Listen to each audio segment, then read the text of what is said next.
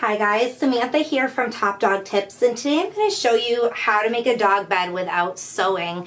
I have a white table. The first thing I want to mention, I have a white tablecloth over my table, and the only reason I have that, it's a black table and it's kind of hard to see the darker fabric on the black table, so I wanted there to be a good enough contrast that you guys could see it. But you're going to want to have fabric on a large hard surface, and you don't want to have anything underneath it because you might take the chance of cutting your tablecloth or whatever you have under it, but that's why I have this on here today.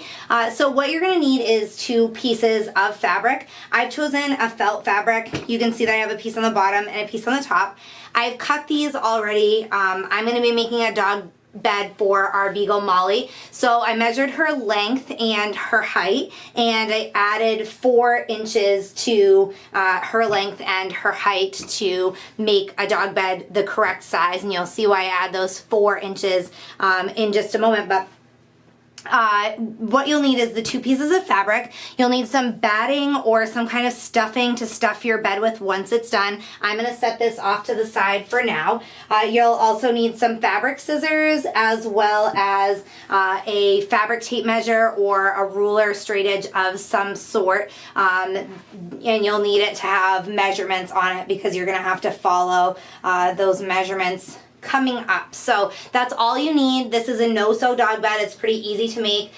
So decide what size you want your bed to be, and then you're going to add 4 inches to each side, as I mentioned. So you'll actually add 8 inches to the width of it, and 8 inches to the length, because you're going to want 4 extra inches on each side.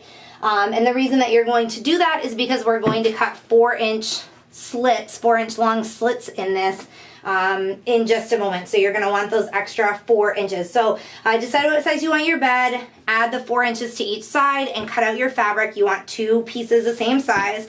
It's easiest to do this with them laying on top of each other, and you want the good side of your fabric facing out. So on both sides. So on the bottom here, I have the good side on facing the table, so that it'll be facing out when my dog bed is completed. And then what you're going to do is using your fabric tape measure, you want to measure 4 inches in from each corner. I'm not sure if you can see my mark or not, but I'm going to go ahead and mark it there. And you want to do that in each corner. Once you've marked all 4 corners, you're going to use your straight edge or your fabric tape measure. Sorry, I know I'm getting in front of the camera for just a second, but I'm going to line up my fabric tape measure so it meets on both of those points. And then what I'm going to do is cut a slit every inch up to my straight edge. And I'm going to do this all the way across, and I'm going to do it on all 4 sides.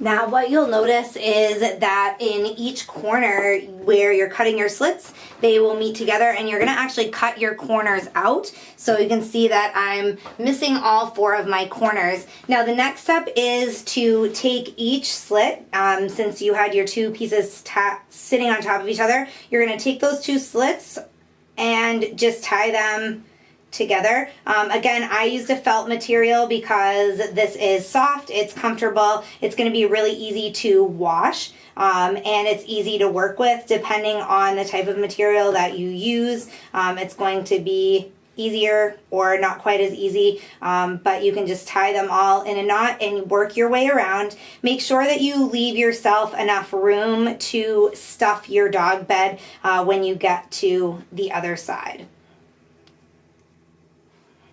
I have tied together these 3 sides, and as you can see, it kind of pulls the corners in really nicely, and I left this end open, and the reason that I've done that is because I have cut some batting that's going to stuff my dog bed. You could use old clothes if you have some, or old blankets. That would be great for a dog with separation anxiety because it is going to smell like you. You can use any kind of stuffing that you buy at a craft store. I just happen to have some batting on hand, so I decided I would use that, and I'm actually going to slide it in here kind of like a pillowcase.